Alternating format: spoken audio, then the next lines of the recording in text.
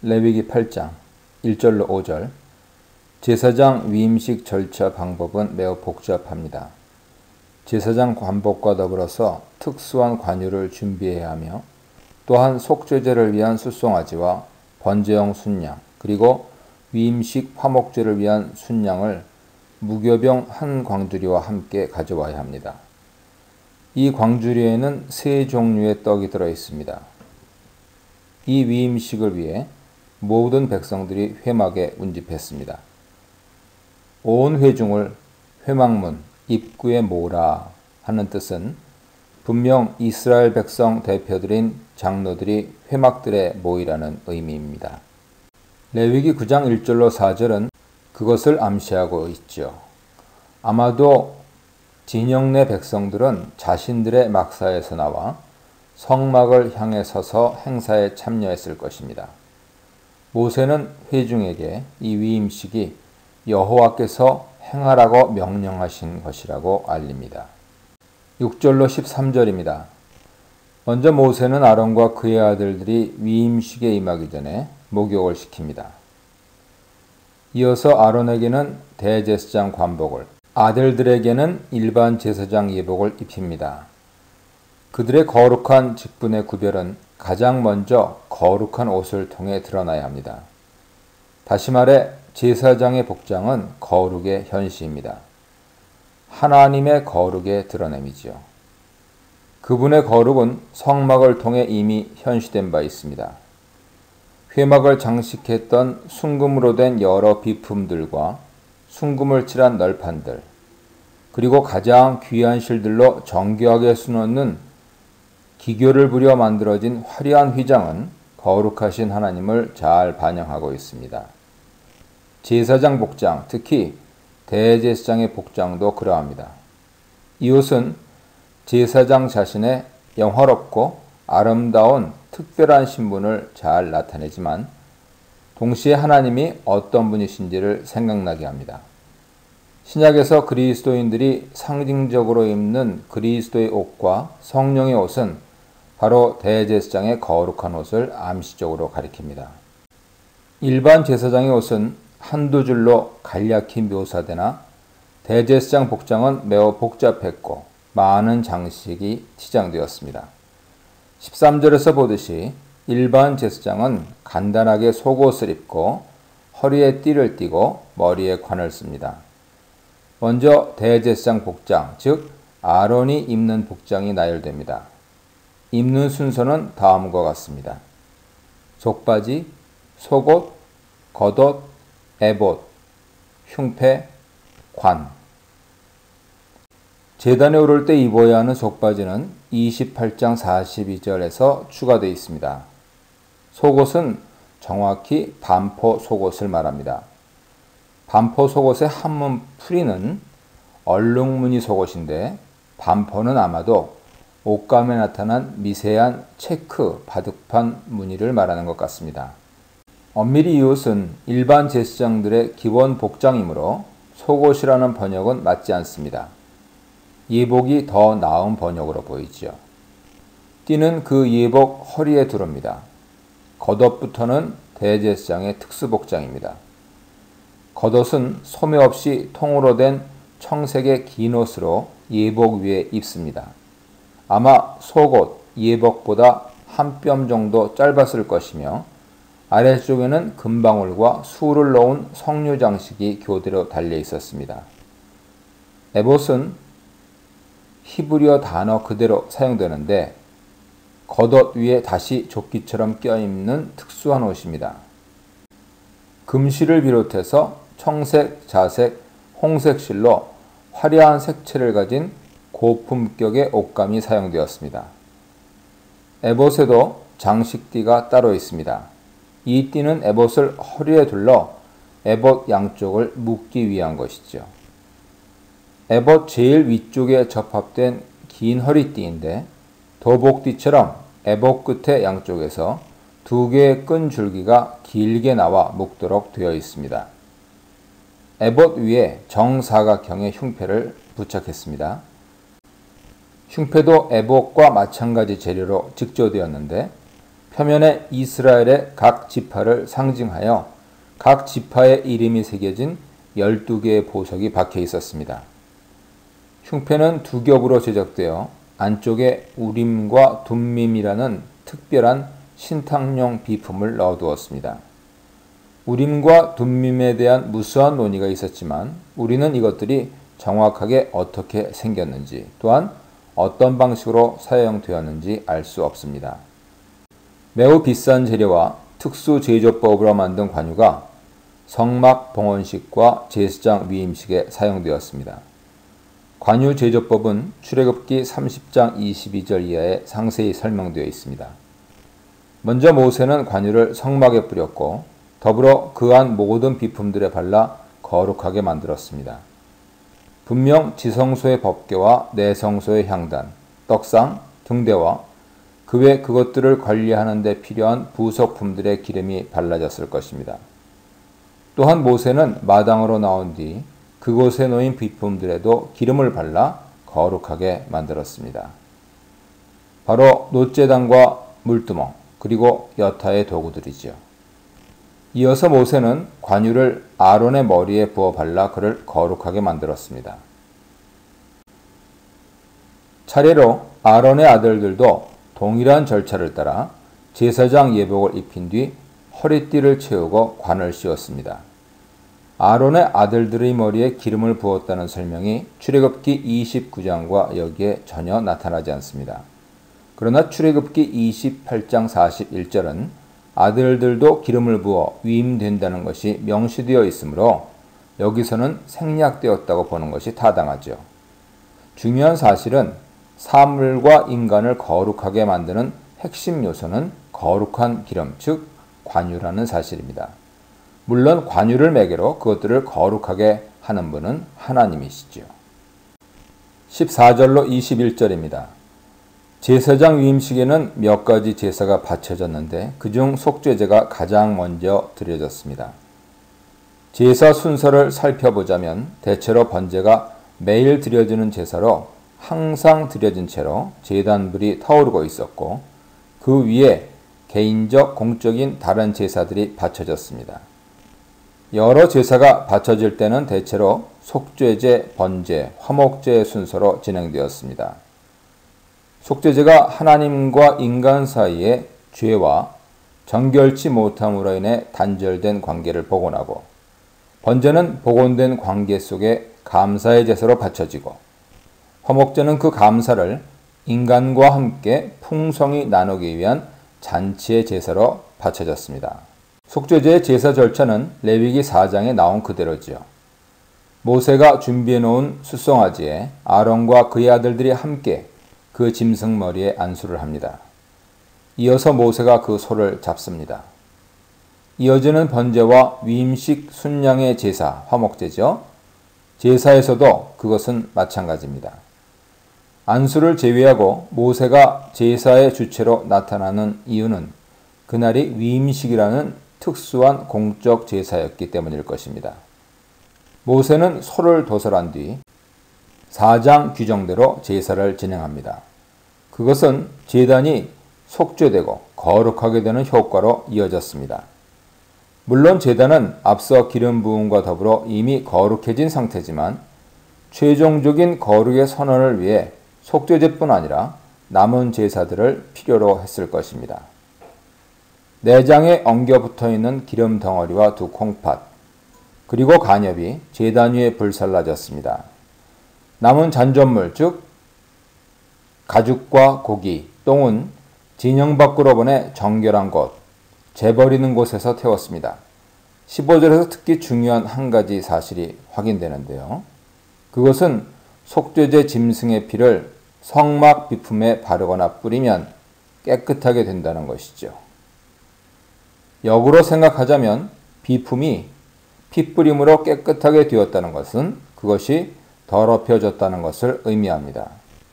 자연스럽게 그것이 오염된 이유는 인간의 죄와 정결치 못함 때문이라는 결론이 도출되지요.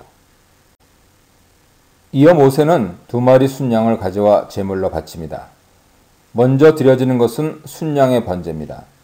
역시 아론과 아들들이 순양의 머리에 안수를 한 뒤 모세가 양을 잡아 피를 제단 사면에 뿌립니다. 이때 피 뿌림은 동사 짜라크로서 끼얹어 뿌리는 동작이죠. 이것이 제단을 청소하는 기능은 없었던 것이 분명합니다. 나머지 번제 절차도 레위기 1장에 지시된 대로 실시됩니다. 이 문단에서는 제사장, 하나님이 세우신 사람, 거룩한 제사장, 거룩한 옷, 위임식 제사에 대해 묵상해 보시기 바랍니다. 22절로 24절입니다. 숫소의 속죄제와 순양의 번제에 이어 가장 중요한 위임식 순양의 제사가 이어집니다. 준비된 순양 2마리 중에 1마리는 이미 번제로 바쳐졌으니 남은 1마리를 위임식을 위해 가져오는 것이죠. 다른 희생 짐승들과 마찬가지로 순양의 머리에 안수를 해야 합니다. 위임식 순양의 제사는 위임식의 핵심이죠. 이 순양의 제사에서 독특한 점은 피를 아론과 아들들의 신체 말단에 바르는 의례입니다.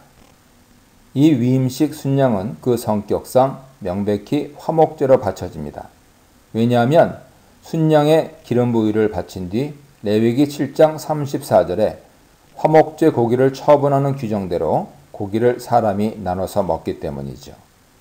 그러나 모세의 신분의 독특성과 위임식의 특수성으로 인해 화목제 고기 처분은 이날 약간 다르게 진행됩니다.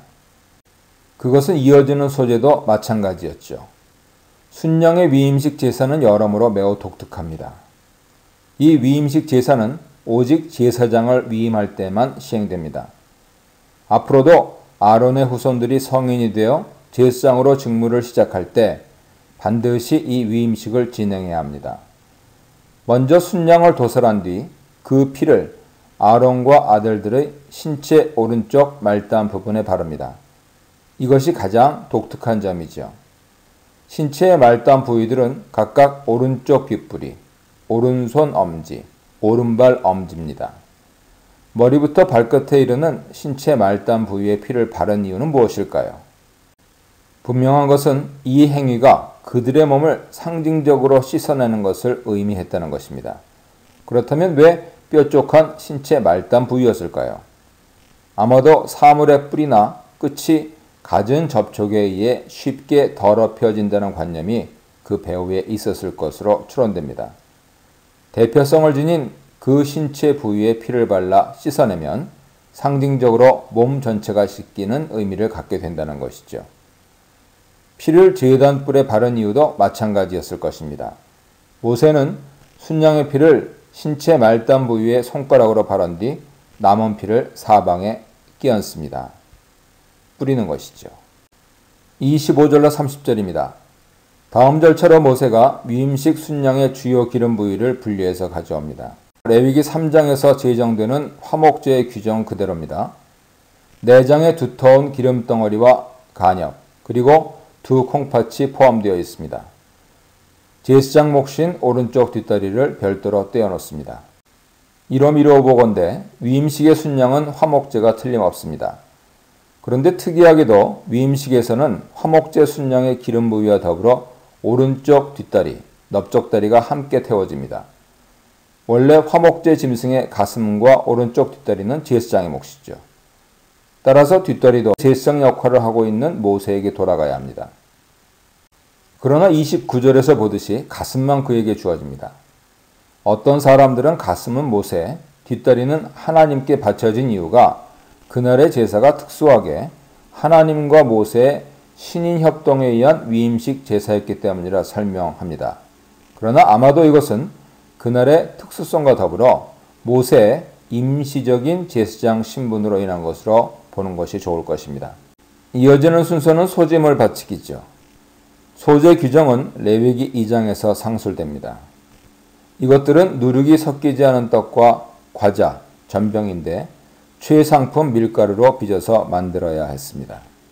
소제물에서 중요한 것은 누룩과 꿀, 과일 시럽이 절대 섞여선 안 된다는 것이죠.